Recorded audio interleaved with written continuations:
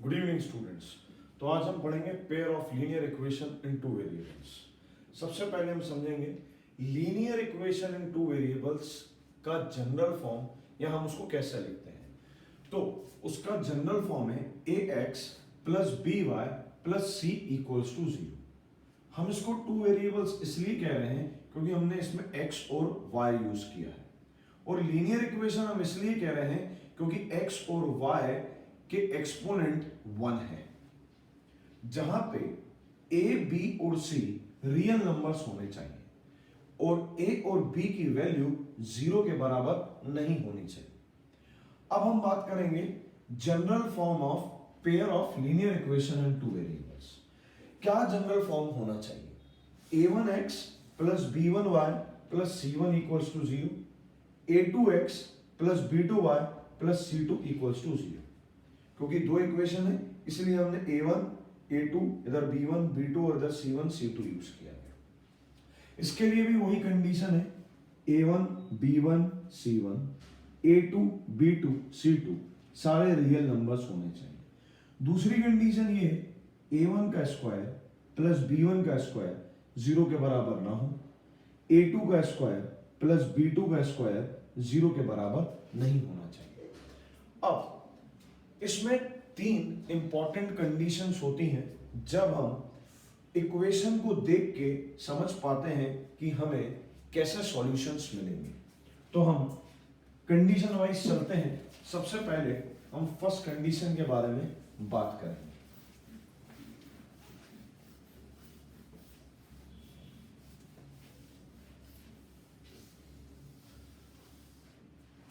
जब हमने इक्वेशंस को देखा तो पहली कंडीशन में हमने ये देखा a1 बाय a2 का जो रेशो आ रहा है और b1 बाय b2 का रेशो जो आ रहा है वो दोनों बराबर नहीं है आपस में, दे आर नॉट इक्वल।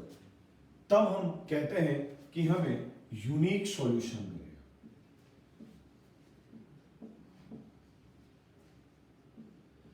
अब इसका ग्राफ कैसे बनता है? अगर हम कहें ये x एक्सिस है और ये y एक्सिस है,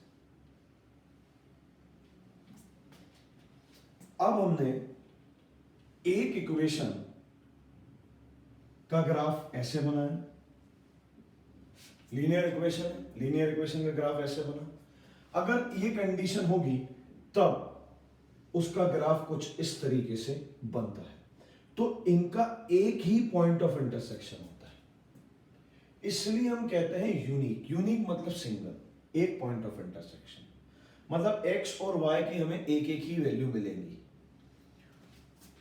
तो यहां पे हम कहेंगे यूनिक सॉल्यूशन और हम इसको कहेंगे कंसिस्टेंट सिस्टम। अब ये कंसिस्टेंट सिस्टम क्या होता है? कंसिस्टेंट सिस्टम वो सिस्टम होता है जिसमें हमें एटलीस्ट वन सॉल्यूशन मिले। सेकेंड कंडीशन क्या है? सेकेंड कंडीशन है यदि हम कहते हैं a1 by a2 is equals to b1 by b2 is not equals to c1 by c2। अब इन दोनों में क्या फर्क है? यहां पे इक्वल आ गया, यहां पे इक्वल्स टू नहीं है। तो हम इस तरह के केस में हम कहेंगे हमें कोई सॉल्यूशन नहीं मिल रहा, नो सॉल्यूशन। अगर कोई सॉल्यूशन नहीं मिल रहा तो ग्राफ कैसा बनेगा? ग्राफ मेरे दोस्तों कुछ इस तरीके से बनेगा, ये एक्स एक्सिस, ये वाई एक्सिस। एक इक्वेशन का ग्राफ ऐसा बना, दूसरे का कुछ इस तरीके से बनेगा। तो हम इसको कहते हैं पैरेलल लाइंस। क्या कहते हैं? Parallel lines. इसमें हम ये देख रहे हैं कोई भी इंटरसेक्टिंग पॉइंट नहीं है, तो हमने क्या कह दिया? No solution.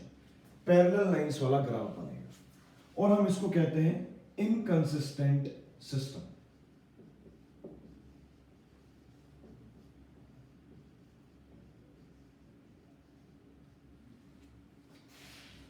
थर्ड कंडीशन है अगर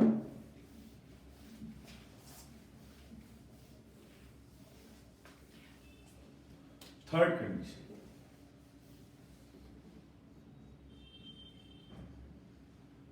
A1 by A2 is equals to B1 by B2 is equals to C1 by C2।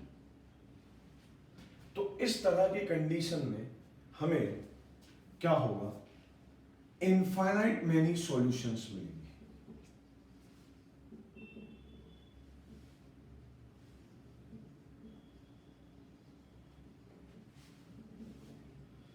अब ग्राफ कैसा बनेगा, ये एक्स एक्सिस है, ये वाई एक्सिस है, एक इक्वेशन का ग्राफ ऐसा, सो दूसरा इस पे कोइंसिडेंट होगा, सुपर इम्पोज होगा, तो हम इसको कहते हैं coincident lines.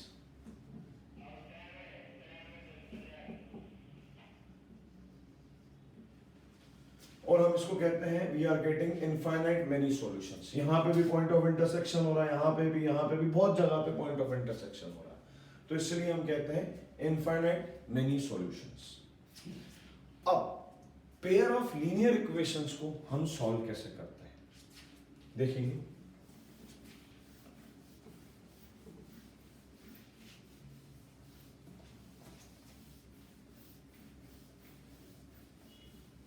Methods to solve.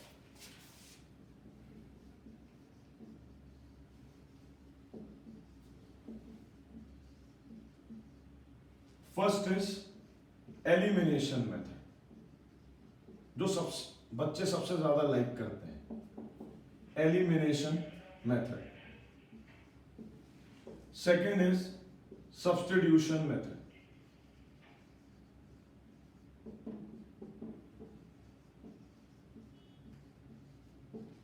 Third is graphical method.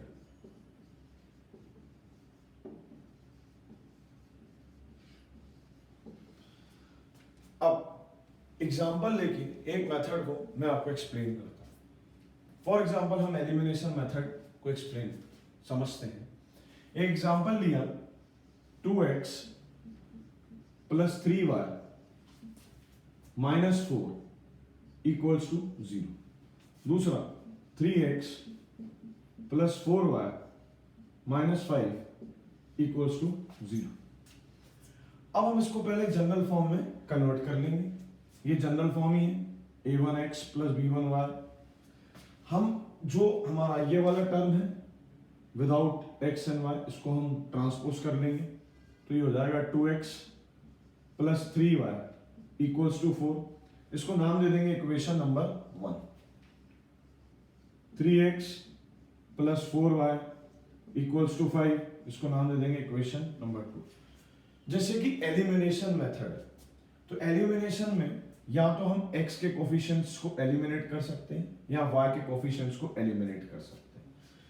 तो हम इसको कैसे करेंगे, पहले x के कोफिशिएंट को सेम बनाएंगे या y के कोफिशिएंट को सेम बनाएंगे। यहाँ पे 3 है, यहाँ पे 2 है, हम फर्स्ट इक्वेशन को 3 से मल्टीप्लाई करेंगे, इंटरचेंज करते हुए कोफिशिएंट से मल्टीप्लाई करेंगे, इसको हम 2 से मल्टीप्लाई करेंगे, तो यहां पे आ जाएगा 6x 3 इंटू 2 3 इंटू 3 9 3 4 12 2 3 6 2 4 8 2 5 10। अब देखिए हमने x के कोफिशिएंट्स को सेम बना लिया। अब हम दोनों इक्वेशन को उठा के सब्ट्रैक्ट कर लेंगे, तो 6x से 6x कैंसिल हो जाएगा, 9y में से 8y जाएगा, y बचेगा, 12 में से 10 जाएगा, 2 बचेगा, तो y की वैल्यू यूनिक एक आ चुकी है 2। अब हम इसको किसी भी इक्वेशन में रख देंगे, 2x plus 3 into 2y first equation में रख दिया हमने, इक्वल्स टू 4। 2x ये कितना हो गया, 3 इंटू 2 बोले तो 6 इज इक्वल टू 4। ट्रांसपोज कर दिया, 4 में से 6 जाएगा, माइनस का 2, x is equal to minus का 1, तो x की वैल्यू आ गई -1, y की वैल्यू आ गई 2। हम अगर x की इधर -1 वैल्यू रखते हैं, 2 इंटू -1 -2, 3 इंटू 2 6, 4 के इक्विवेलेंट आएगी। x की वैल्यू इधर -1 रखते हैं, 3 इंटू -1 -3, 4 इंटू 2 8, 5 के इक्विवेलेंट आ गए। तो ये मेथड वेरीफाइड हो गया। Thank you.